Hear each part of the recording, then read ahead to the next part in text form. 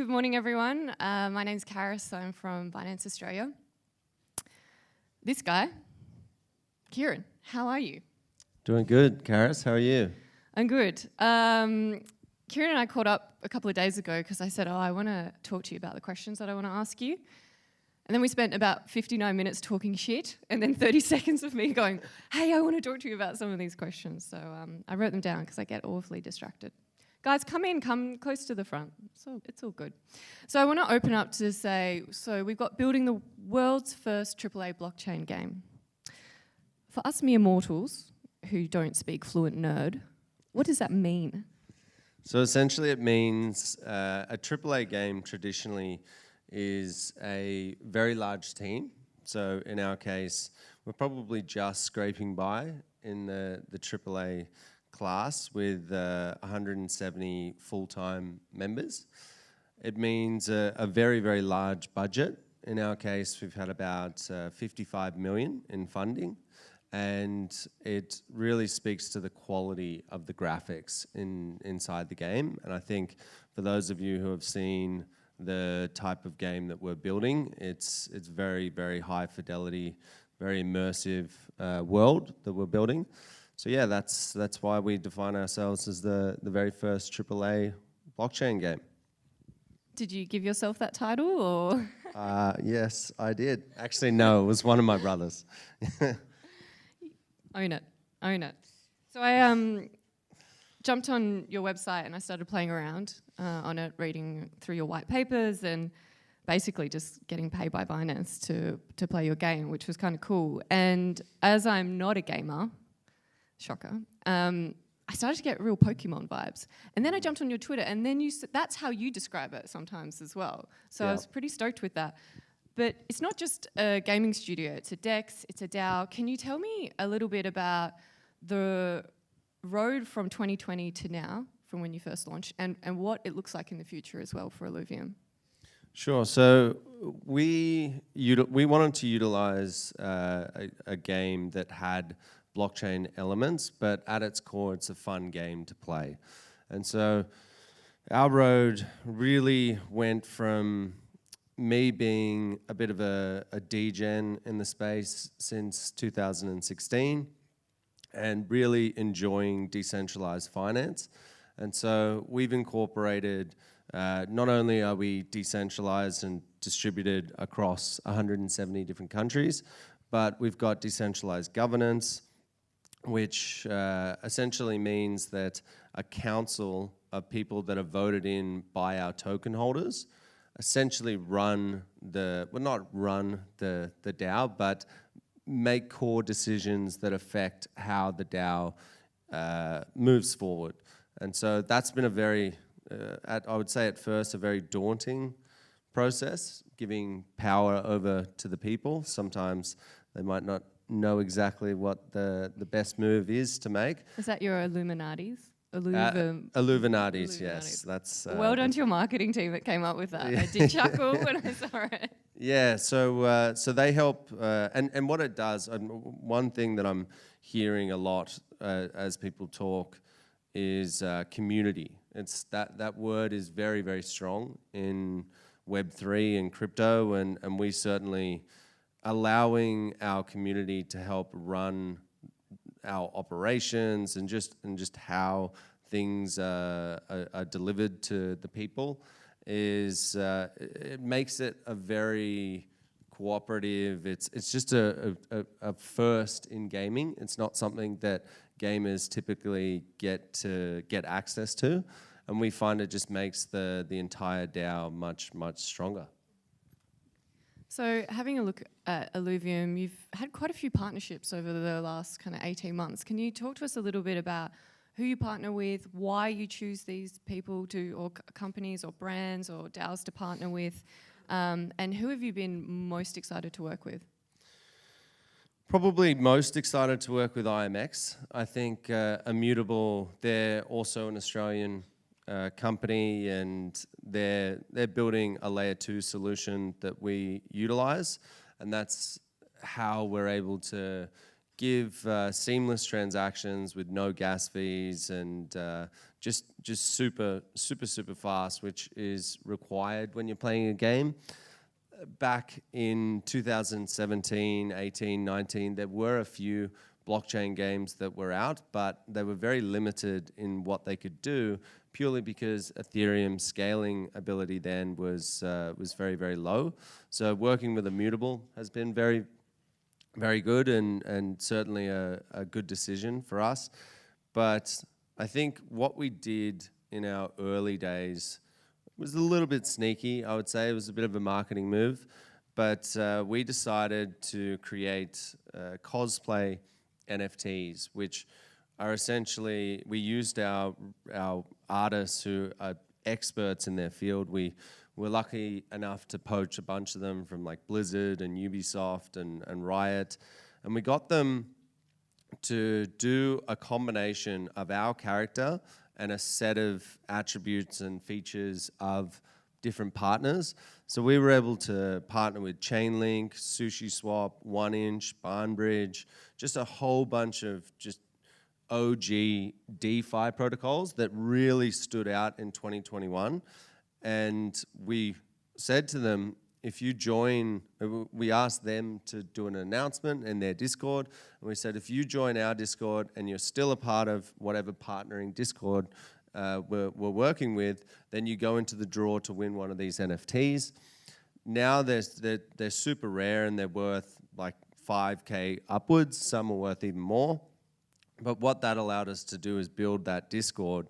And we got to, I think it was 120,000 in about the first 9 months, which was, yeah, a very good move. So we tried to partner. Now we're looking at like bigger partnerships out there, like with the likes of high fashion brands and food brands out there. Selling out now. Yeah, basically, we're moving on from Web3. We've stolen all of the no. So yeah, we're trying to adopt mainstream. So those types of partnerships are critical as well. But certainly, we've always got our ear to the ground when it comes to, you know, even now assisting other Web3 projects that might not have as big a community as us. We feel like, you know, we should give back like they did to us early on. That's beautiful. So if we cast our mind back to, you know, around June, July last year, when all of us were kind of up at 3 a.m. In the Discords trying to get the mints, and then there's this like wonderful 24-hour period where you're like constantly battling with yourself and friends of whether you should flip this JPEG or not. So do you think that NFT that you got is going to hold value, or do you think you should just keep on the stay on the hype and flip it and try and make 10x? When it comes to Illuvium, how do you think about keeping your assets valuable for the long term? So the first thing is our NFTs are connected to the game. So we've only ever sold one set of NFTs. Everything else we've just given away. But the NFTs that we've sold are parcels of land. And it's a little bit frustrating because even the parcels of land, we didn't want to sell them as like some kind of capital raising instrument. It just so happened that my brother, who's the art director, he wanted to increase the fidelity of the graphics inside that land-based game. And so we ended up selling those a little bit early, and I think they've held their value based on ETH pretty well. And the reason for that is they don't have, there's nothing that they do right now until you can get into the game, and that's when you can start extracting resources, and those resources are what is critical for going into the overworld. And as you say, Pokemon-esque.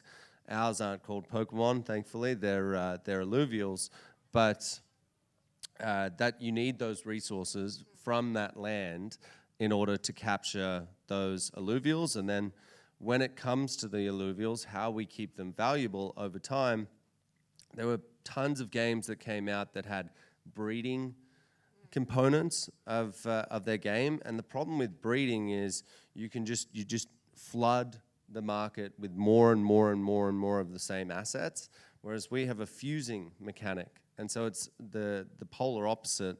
You're essentially taking 3 alluvials of the same stage and fusing them together, which burns 3 NFTs and leaves you with 1 more powerful NFT. And then on top of that mechanic, we also have limited sets. So very similar to how most creature capture games work is after a certain amount of time, you can no longer capture that set ever again.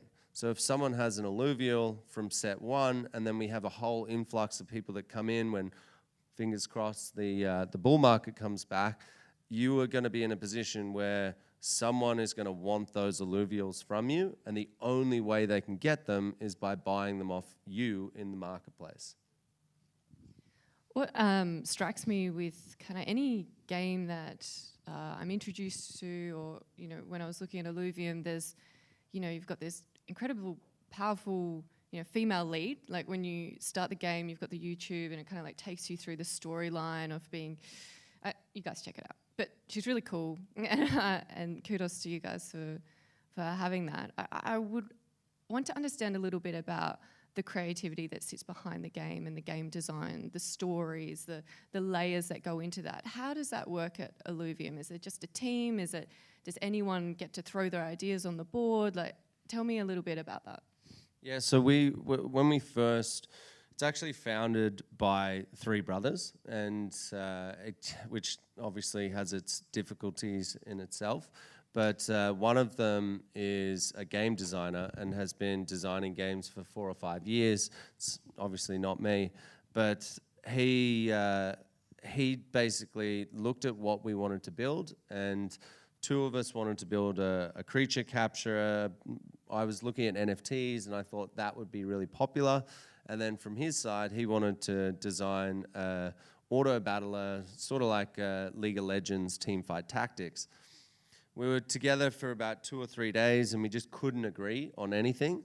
We were really strongly saying we want Pokemon, and I think even one of the guys was like, "I'm out if we don't do Pokemon."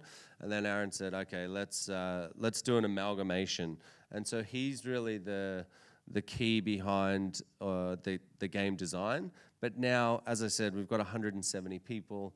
There's, I think, in the game design team, we've got 5 people. And that includes a huge roadmap that we want to do, because we're not just building games, we're building an IP, very similar to a lot of things like a Mario or whatever. And so we're looking to not only build very, very deep, enriching lore throughout the game, which we haven't leaked any of that yet, because we really want you to experience it as you go through. But then we also want to look at doing movies in the future, and a Netflix show, and having comics and books. And it's when you go into that story part of Jira, which is where we hold all of our information, it just every single day there's just more and more and more. And I think since our chief game designer has gotten that team under him, it's just getting bigger and bigger. And yeah, it's a pivotal part of Illuvium. At Binance, we're about to hit 1 million KYC users in Australia. And actually, if you're not, side note, if you haven't signed up, you can sign up now to a competition. Shameless plug. Yeah, shameless. And you can win a Bitcoin and some BNB. I got you, marketing team, don't you worry. So now that we're about to hit 1 million, we're thinking about how do we bring the next 3, 5, 10 million Australian users into the space, into this crypto space, because a lot of people start their crypto journey with a centralized exchange. When it comes to gaming, there's already such a passionate, strong, enormous community of gamers out there. How do you see Illuvium's role in taking these gamers into the Web3 world? And how do you battle when some of my OG gamer friends are just completely not interested in crypto and almost kind of anti it, which I don't quite understand? So I can tell you why. There isn't a single game right now that is playable, that is open, that is actually connected to the blockchain. Obviously, we've got betas that are out there, but they're private now, so you can't play our game. But in the last 2 years, there hasn't been a game that has come out where you can say, hey, put down that Call of Duty game or RuneScape or whatever games that you've been playing for decades and come and play this new Web3 game. It's just as fun, but you also get to own your assets, and then you can go and sell them. And in fact, the producers and the studio owners actually implore you to go and sell these things. And so it's just a totally different experience where you get true ownership. That can't happen yet. And so what's happening is you're getting all of these people that are pushing NFTs inside gaming, and then a mainstream gamer who only cares about fun, or 99.9% of them predominantly care about fun first. They try a game and they're like, what are you talking about? Now, obviously, you work at Binance, so you're trying to really get across that, hey, they're coming, there is better stuff. But it's just been this negative connotation that NFTs in gaming are bad because, quite frankly, you can't play a good game, right? So I don't know. I think it will change over time, and obviously 3.5 billion gamers, it's a market which is just stupidly large, and it's only getting bigger and bigger every single decade. We will do it, and there are a bunch of different games that are building now that, we're probably one of 25 different AAA games that have been building. But the problem is it takes a long time, and we've got a first mover advantage. I was lucky enough to be in the space and see this trend before a lot of these mainstream gamers who are now jumping in. But yeah, it's probably going to be a year or two before we can really start to say, come and join Web3, and people go, well, I don't care that there's NFTs anymore. It's just these games are really fun, and games in mainstream are really fun, and so it'll start blurring the lines. And 10 years from now, you won't even call it a crypto game. It'll just be a fun game. Switching gears a little bit to building a gaming studio. I can see that Delphi Digital, IOSG Ventures, LD Capital, they were investors in Illuvium. I know that there'll be projects in the audience who potentially might want to raise funds right now. It's obviously a very different market. What advice can you give to those in the audience that are either building at the moment and looking for funding?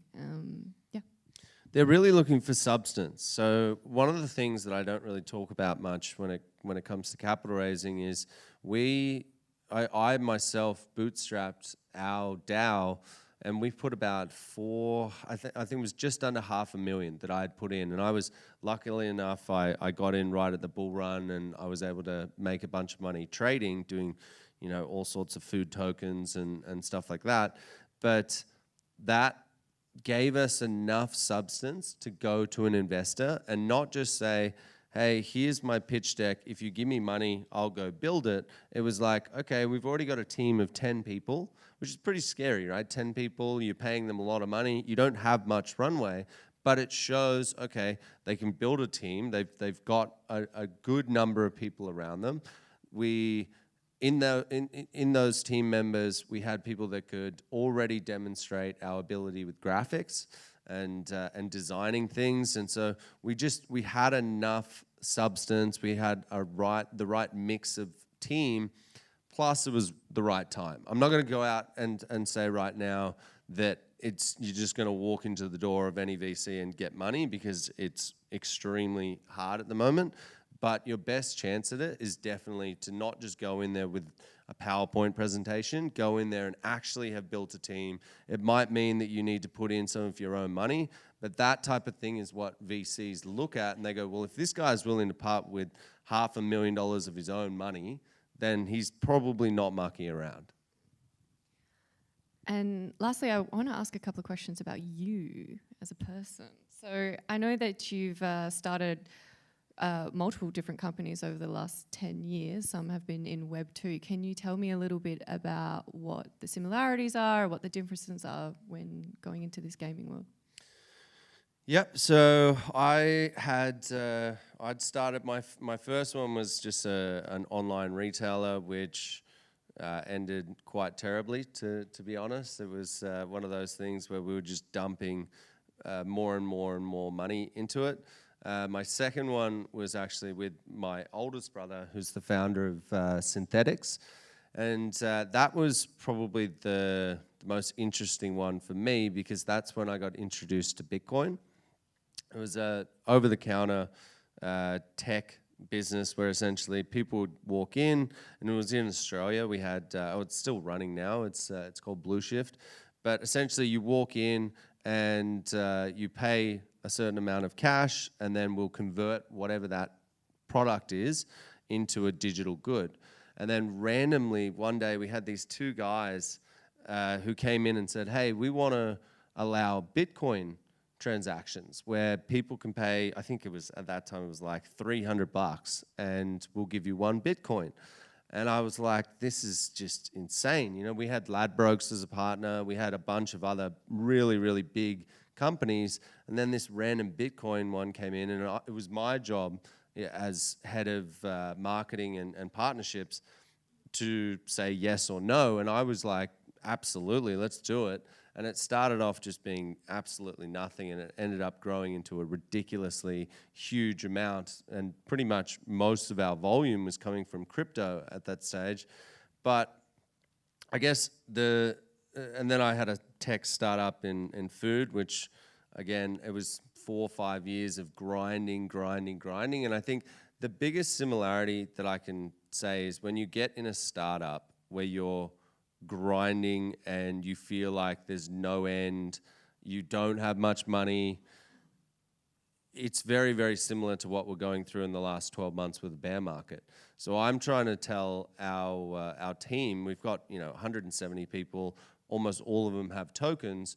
They're very incentivized by it being a positive market sentiment at the moment, and when you lose that, it's very hard to keep people still looking at the end goal and motivated.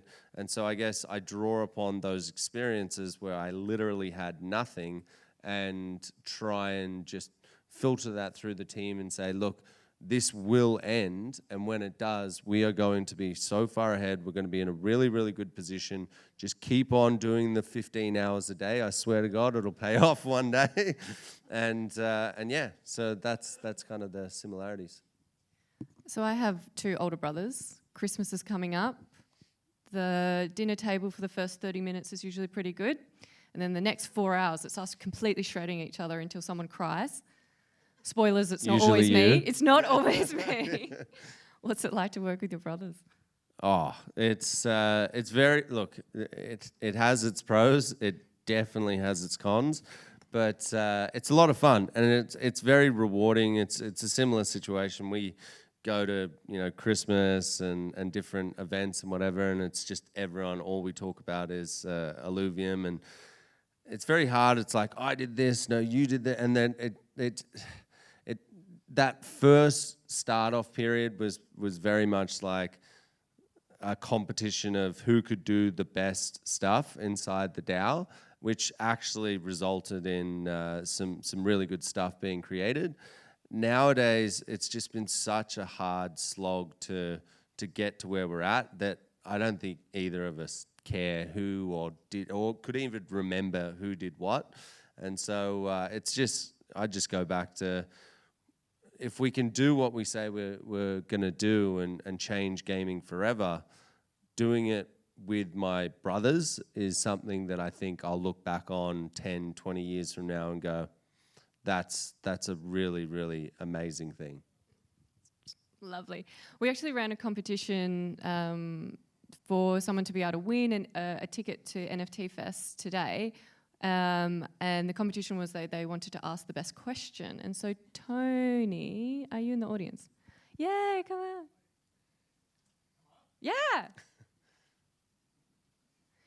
Yesterday, he's like, oh my God, I forgot my Binance hoodie. And I was like, all right, yeah. Do it shirtless. No. Jesus. Let's keep it PG here.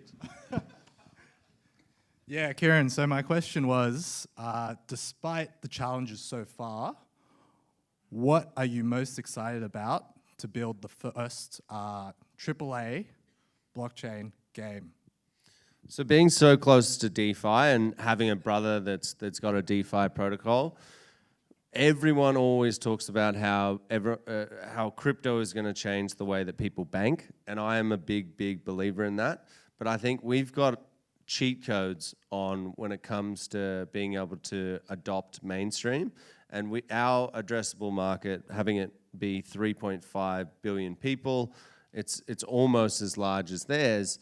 Except the difference is convincing someone and getting someone to start playing a game is much easier than saying, hey, take your money out of Combank or Westpac and put it into this crazy protocol that's over here. You're gonna have to jump through 8,000 hoops. You might not know where your money is for a little bit, and then once it finally arrives, you've got it.